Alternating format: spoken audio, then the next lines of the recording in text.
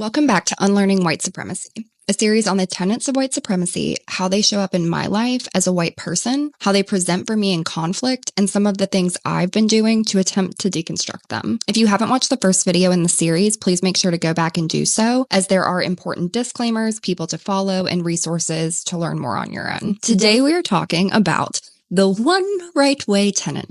This tenet is based on the belief that there is one right way to do things and another way or other ways are wrong. Some symptoms that this tenet is showing up in your life or in conflict based on my knowledge of it and my experiences are believing that you know the right decision, action, or way of being. And once other people know what is right too, they will follow in your footsteps. So I see this a lot in social media lives when white people are having conversations with Black people and saying things like, this isn't a productive conversation. So they're dictating what a productive conversation looks like. Or you seem like a reasonable person, implying that there's a certain way to act that makes a person reasonable or unreasonable. I also see people say things like, you aren't getting it, referencing that what you're trying to explain is correct and the other person simply doesn't understand, instead of that they may disagree and that you might not be listening to them. Another way is viewing people or groups who do not agree with the right way as having something wrong with them.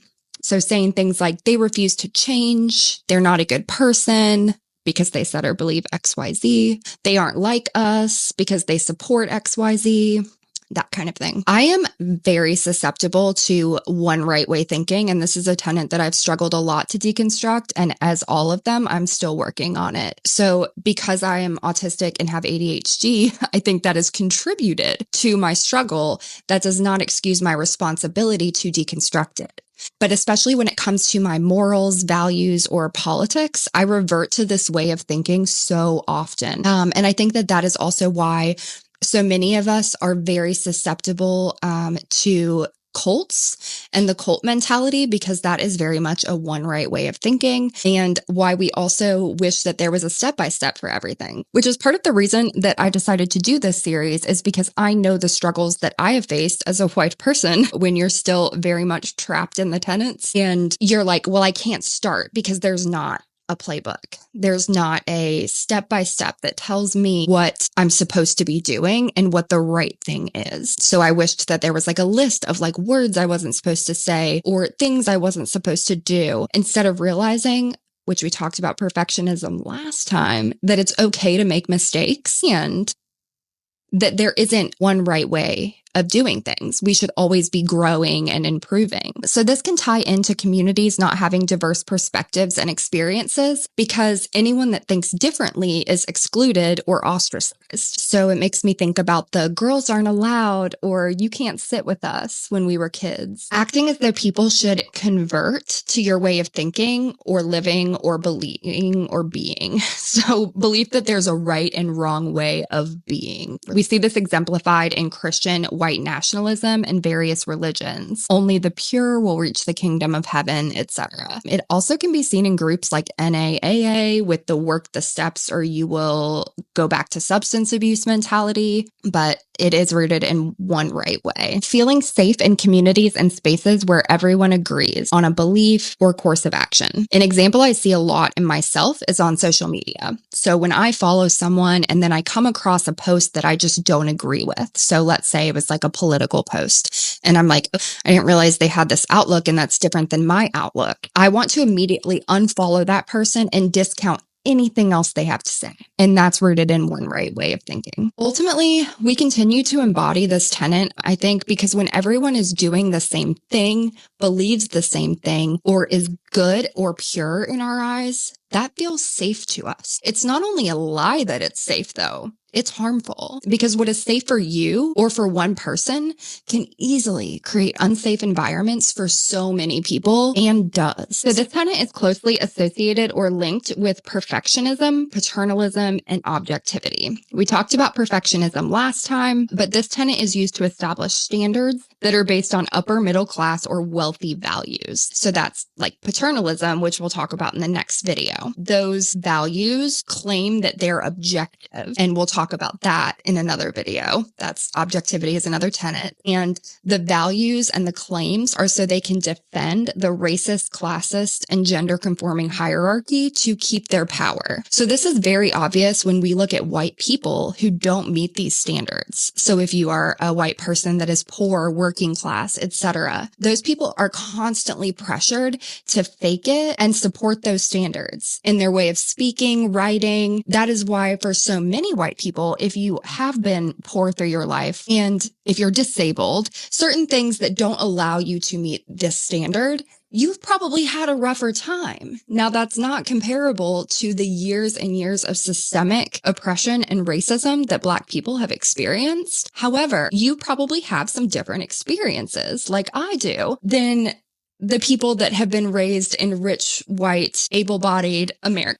And that's okay, but you can still deconstruct because it's still all based on the same hierarchy and the same systems. So it's still important for us to recognize some general journal prompts that may be helpful when you're working on deconstructing this tenet. What is my definition of what is right? What is my definition of a mistake? What systems, groups, and or organizations am I involved in that promote a one right way of thinking? When a person or group expresses a different viewpoint than mine, what is my first reaction? How often do I listen and try to understand them? How many people am I following on social media or do I know in real life who have a different viewpoint than mine? Are we able to have in-depth conversations and practice empathy with each other? Why or why not? Remember to focus on self-reflection here. If you are presented with conflict and you are wondering if you may be involved in one right way tenet, here's some journal prompts for you. Am I attempting to insist and argue that there is one right way or one right answer to the problem, question, or issue at hand? If so, why is that? And where did I adopt this belief from? Would it harm myself or someone else if I stopped insisting on what is right or wrong? In what ways? Do I think that I would lose in some way if I admitted that there are multiple ways to do something in this situation? How would I feel if I let go of the one right way mentality?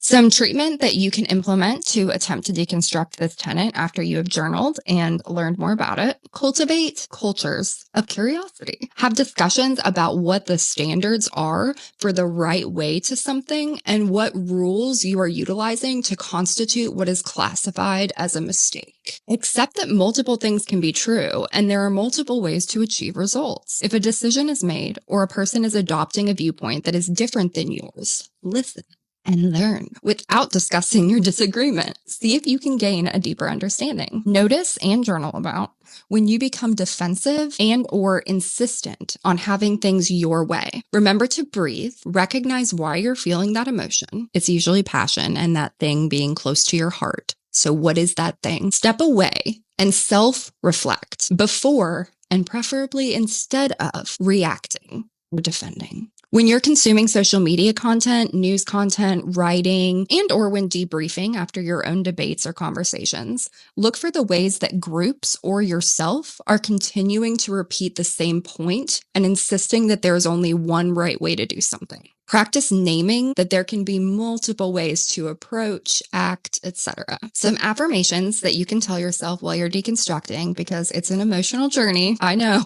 It is okay for my truth to be different than the truth. I find comfort in learning different ways of being. There are so many solutions, and I value each and every one. Making space for different experiences is a movement. I will not run away from conflict or different viewpoints from my own, as I recognize that diversity is essential for growth and community. I am a good listener. I hold, see, and hear you. I hold, see, and hear myself. Y'all stay curious. Bye.